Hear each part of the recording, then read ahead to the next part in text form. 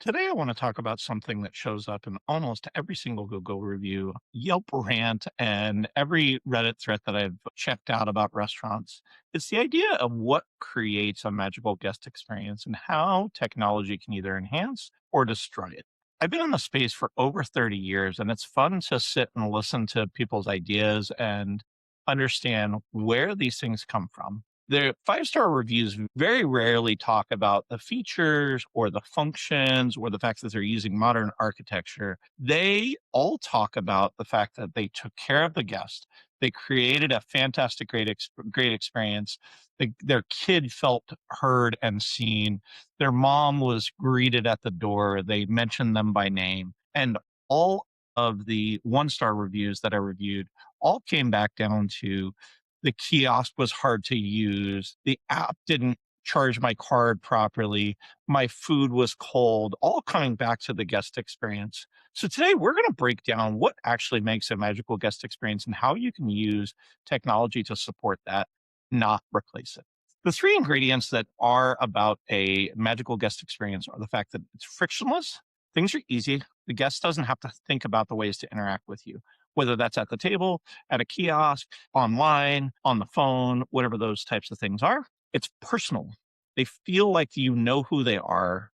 I'm old enough to recall the Cheers effect where everybody knew who Norm was. They feel like a regular, even if this is the first time they've been there. And they are empowered as a guest. They know that the team is there to help them to create the experience that they're looking for. And if there's a challenge, they will solve it quickly. The technology should have a clear path to allow the guest to experience the brand the way that you're looking for that guest experience to be. It really starts early on when they walk in the door. Whether you're a table service restaurant or a fine dining restaurant or your quick serve, they all good brands and all great reviews start with understanding that the first impression sets that guest experience off on the right foot. The ordering process is very clear. They understand what to expect. If there's a wait to get a table, they are accurate and they understand where to go and where to stand and where to wait.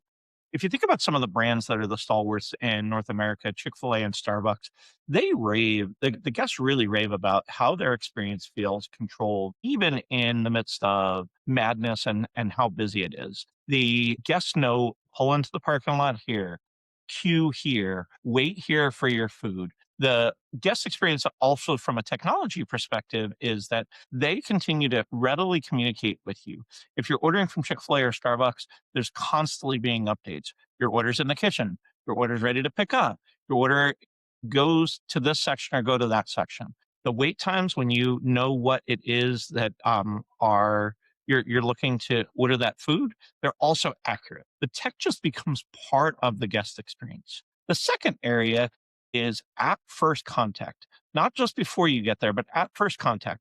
When you get to the brand, the technology that's there that can walk you through what it is. Again, whether it's a mobile order, whether it's a kiosk, whether it's online ordering, the staff is well aware of what the expectations are. They're willing to help.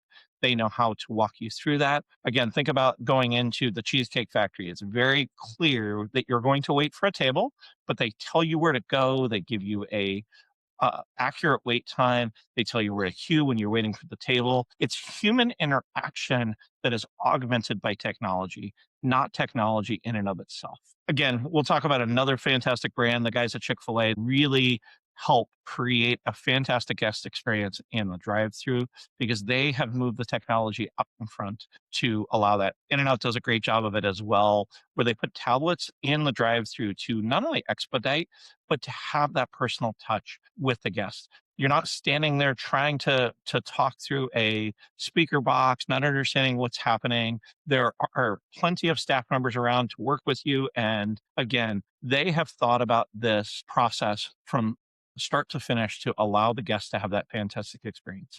At the end of the day, guests don't hate working with the technology. They are looking for it to help them to have even a better experience as they go through the dining experience. They do really hate it though when the technology gets in the way of that guest experience. The third area is really at the table.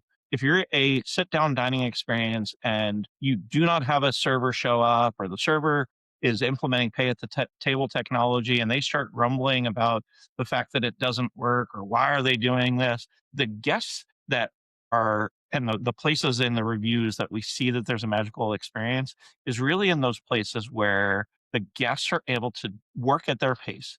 They're able to order at their pace. They're able to get their secondary drink ordered. They're able to pay when they want to pay. They are alerted when somebody needs something. And so the humans can be present with the guests to help them walk through the experience and drive them to feel, like I said earlier, like they're a regular, even if it's their first time there. The last thing about table service that I would say that everybody needs to be thinking about is the whole idea of you don't want the tablet to hinder, especially when it comes to payment, the end of that guest experience. Again, they may have had a fantastic meal. They've been there for 45 minutes to an hour and 15 minutes. They loved the food, they loved the service, but now they create this weird guest experience where they say you've got to pay on a QR code or you got to do this tablet deal, and they're maybe not ready to pay, and the staff member is not trained on how to engage with the guest. Hey, are you ready to pay? Help me understand that. And so that can really hinder that end of the experience, really wrapped around kind of payment and getting out. Again, starting with the onset of before they get there to the time that they walk in the door, greeting them, to the ordering experiences they're going through, to the payment, many, many different opportunities for you to not only create a guest experience that's magical or to hinder it. One other thing that I continue to struggle with, and I see in the reviews and talking to different guests, is the ability to get what you're looking for. Say you're at a business dinner and you need a receipt to be able to turn in the turn it in for expenses. You want to give some feedback to the manager, whether it's positive or negative, and you can't seem to find anybody to talk to. Prompting for tip percentages that are out of control. Payment systems that don't really work. You go to tap your card and it doesn't work, or it prompts you and you got to insert your card again. You've taken it out of your wallet. All of those things can hinder and or help a guest experience. Another one that I see often is a lot of the millennials and some of the younger generation only have the ability to pay with Apple Pay. And so when you don't allow the guests to be able to do that, it's a huge deterrent for people to continue to come into your brand. So with that all being said, let's just review all of the different ways that I continue to see people hurt their guest experience. And when I read through the reviews and did some consolidation of all of the things that people struggle with, it's when seating times aren't right, when the food experience is awful, when they put tech and tech's sake and they feel like they're replacing the human touch, the fact that the technology doesn't work, the kiosk doesn't give them the ability, their online ordering doesn't give them the ability to get what they were looking for. The staff is grumbling about the technology not working, and they're part of the problem.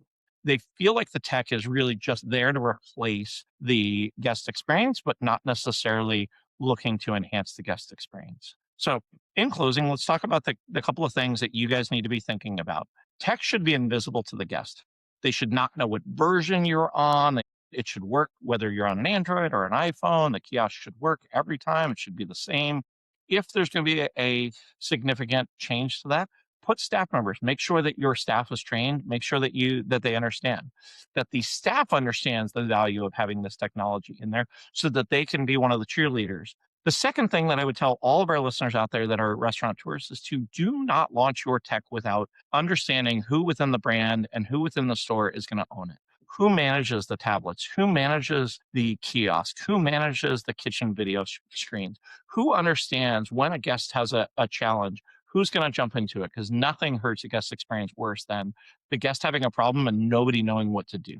And then the last I would tell everybody is to measure what is it doing for your staff and what is it doing for your guests. Get feedback.